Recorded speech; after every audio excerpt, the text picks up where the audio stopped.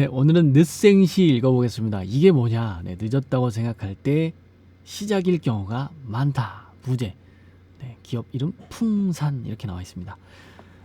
계속 읽어보겠습니다. 네, 늦었다고 생각했지만 샀을 때 주가가 엄청 오른 걸 엄청 많이 봤습니다. 그래서 그런 종목들, 그런 이야기들 쭉 해보겠습니다. 23년 6월 155mm 포탄과 관련된 글을 하나 썼다. 나무색이 그때의 글의 요약이다. 읽어보겠습니다.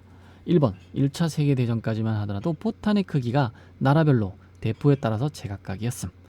대포에 따라 포탄 크기가 다르다 보니 구경에 맞는 포탄 보급이 곤란함을 많이 겪어왔음. 2차 세계대전 때 연합국은 포탄 규격을 표준화함. 포탄은 105mm와 155mm로 표준화되었고 한국도 6.25를 겪으며 두 종류의 포탄을 주력으로 사용함. 한국전 이후 미국 및 서방 국가들은 두 개의 포탄 규격도 비효율적으로 보내게 되었음. 미국을 비롯한 EU 등 서방 국가들은 155mm 한 개 포탄으로 규격을 일원화시키게 되었음. 한국도 150mm 포가 4,000문 정도가 있고 200만 발의 150mm 포탄을 기본으로 가지고 있게 됨. 미국은 포탄을 전쟁 가능성 있는 우방국에 미리 보관하는 WRSA 동맹군을 위한 전시 예비 비축 물자 정책으로 1974년부터 실시하고 있습니다. 미국은 한국 전시 상황에 대비해 WRSA K탄을 한국에 쟁여놓았고 이스라엘에는 WRSA I탄을 쟁여놓게 됩니다. 한국에 쟁여놓은 탄을 WRSA K탄이라고 하고 이스라엘에 쟁여놓은 탄을 WRSA I탄이라고 국가 이니셜로 구분한 정도입니다. 2003년 미국이 군사 전략을 바꿨습니다.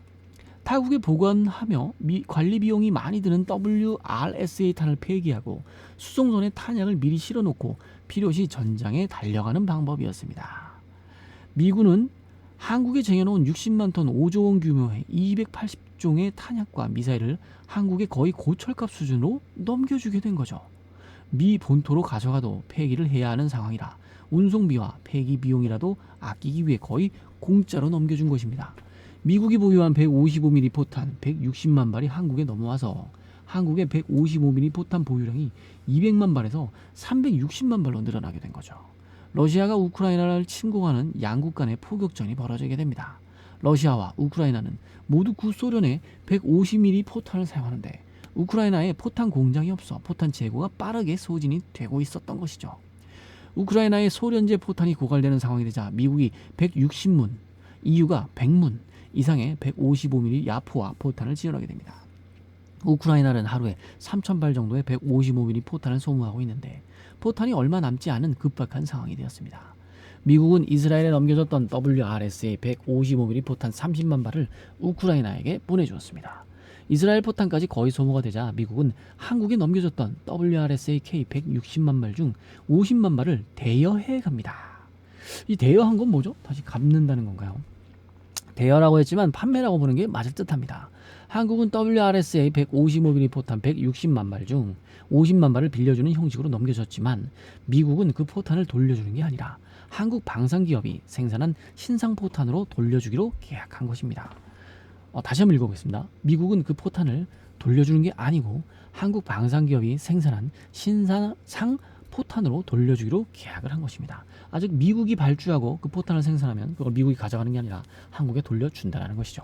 자, 편의점에서 폐기되기 직전에 도시락을 넘겨주고 며칠 후 새로 만든 도시락을 받는 계약과 비슷합니다.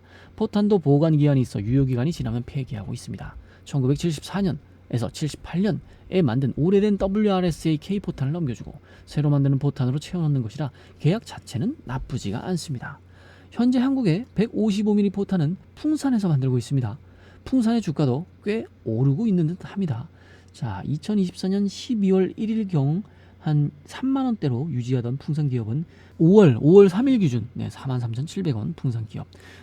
29번 다시 읽어보겠습니다. 미국에서 155mm 포탄을 만드는 공장은 2차 세계대전 당시 86개가 있었습니다. 현재는 2개만 남아서 155mm 포탄은 연간 9만 발 생산하는 정도이고 EU에서 155mm 포탄을 본격적으로 만드는 곳은 없습니다. 미군의 경우 베트남 전쟁, 이라크 전쟁, 아프가니스탄 전쟁 등 2차 대전 이후에도 전쟁을 많이 치렀지만 포탄은 별로 사용하지 않았습니다. 항공전력이 우세하다 보니 포에서 포격을 하는 재래식 포탄보다는 미사일에서 항공기에서 투여하는 폭탄이 주류를 이뤘던 것이죠. 이번에 러시아 우크라이나전은 전쟁 양상이 완전히 다릅니다. 항공전이 아니라 지상군의 포격전이 주력이다 보니 155mm 포탄이 엄청나게 소모되며 세계의 재고를 소진시키고 있는 상황입니다. 미국의 2개의 공장 155mm 공장들은 주 5일 정상 근무를 주 7일 3교대 24시간 근무로 바꾸면서 월 2만 발까지 생산 능력을 끌어올리고 있습니다. 월 2만 발까지 생산 능력을 끌어올려도 우크라이나가 매달 10만 발을 소모하니 이렇게 공급이 부족한 상황이 계속되고 있는 거죠. 와, 몰랐습니다. 매달 10만 발을 쏴야 되는군요.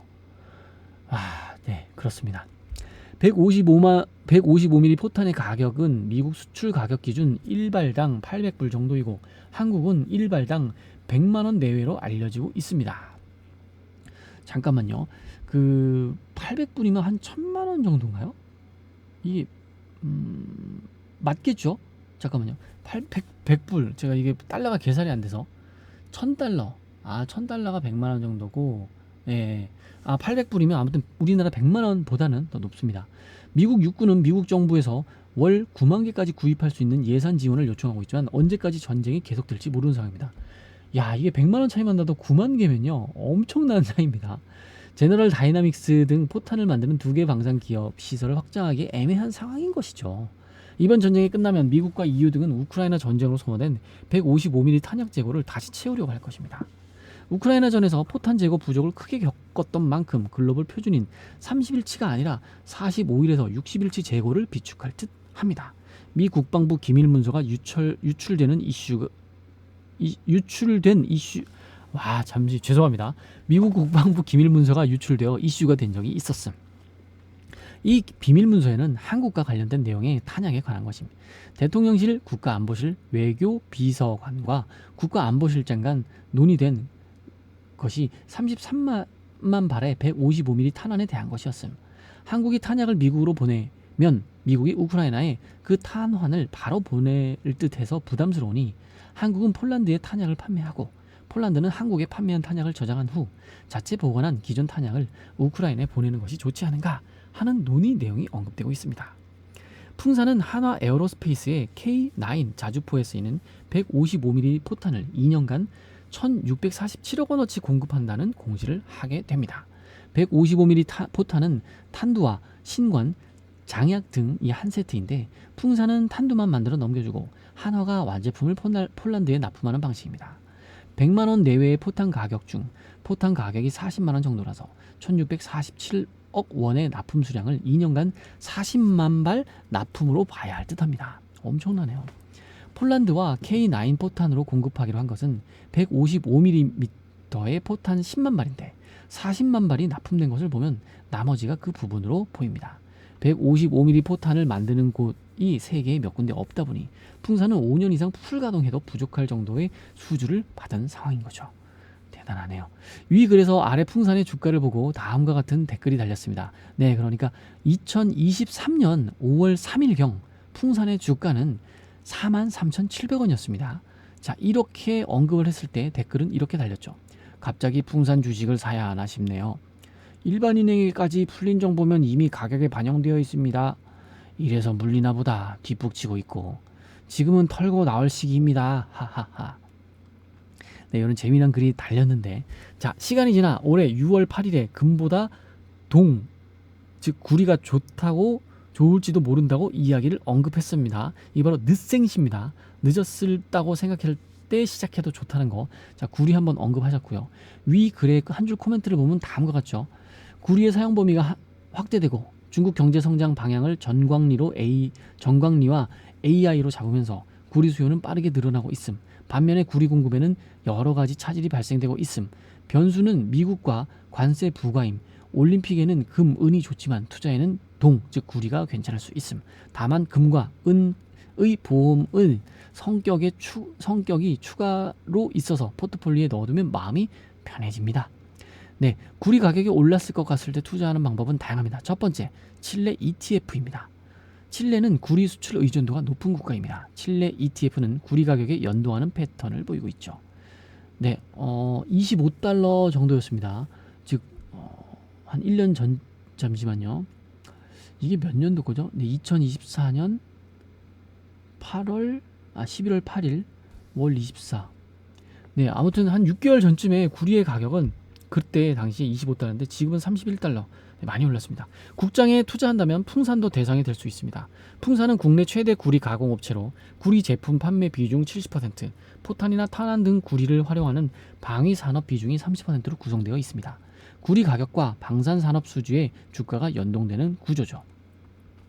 풍산은 LS 니꼬동 재련 등 구리 재련 업체로부터 구리를 공급받아서 금속판이나 봉, 포탄 등으로 가공을 하는 회사입니다. 구리 가격이 오르면 낮은 구리 가격에 구입해 놓은 구리 재고를 오른 가격에 판매할 수 있어서 수익이 늘어나는 것이죠.